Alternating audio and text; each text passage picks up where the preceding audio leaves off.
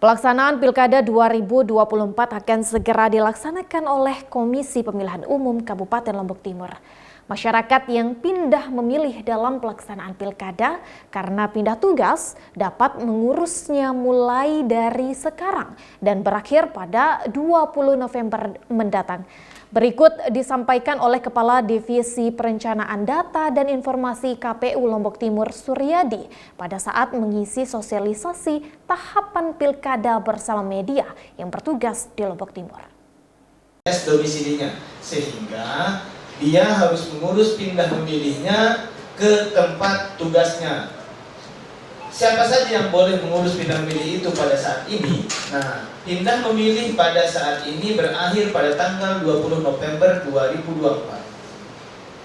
Syaratnya atau indikatornya atau jenis-jenisnya yang bisa mengurus surat pindah memilih itu adalah pertama, karena tugas bekerja. Contoh, ada warga kita yang sedang tiba-tiba mendapat SKP 3 penempatan di Sumbawa, langsung dia berangkat ke Sumbawa, maka dia bisa mengurus pindah memilih di sini atau di Sumbawa. Kedua, karena sakit.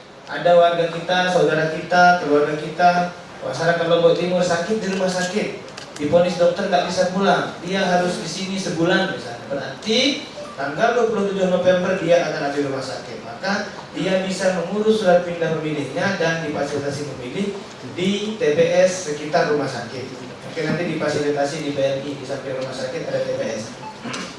Yang ketiga, karena bencana alam, ini juga bisa mengurus pindah milihnya jika bencana alamnya sebelum tanggal 20. Kalau setelah tanggal 20 bencana alam, berdasarkan undang-undang belum diatur apakah boleh dia pindah milih atau tidak. Ini yang saat ini bisa diurus. Dan yang keempat itu satu, sakit. Kedua, karena pekerjaan. Ketiga, tahanan. Ketiga tadi bencana alam, keempat itu karena tahanan, karena ada di lapas. Nah, di lapas ini pun ada beberapa pemilih yang mungkin akan segera pelimpahan dari tahanan Polres ke tahanan lapas, maka itu juga sudah tercover sebagai lokasi khusus. Bapak Ibu media, para insan pers, namanya lokasi khusus, maka perlakuannya pun khusus. Jadi petugasnya petugas lapas, penanggung jawabnya adalah Kalapas langsung di lokasi khusus. Itu mengenai DPTP, daftar pemilih tambahan atau daftar pemilih pindahan. Nah, kalau di bahasa regulasinya itu daftar pemilih pindahan. Ada lagi bagaimana nanti yang bertanya, apakah warga kita yang tidak ada namanya di DPT bisa memilih? Bisa. Selama dia punya KTP elektronik, dia bisa memilih di mana alamat KTP tersebut.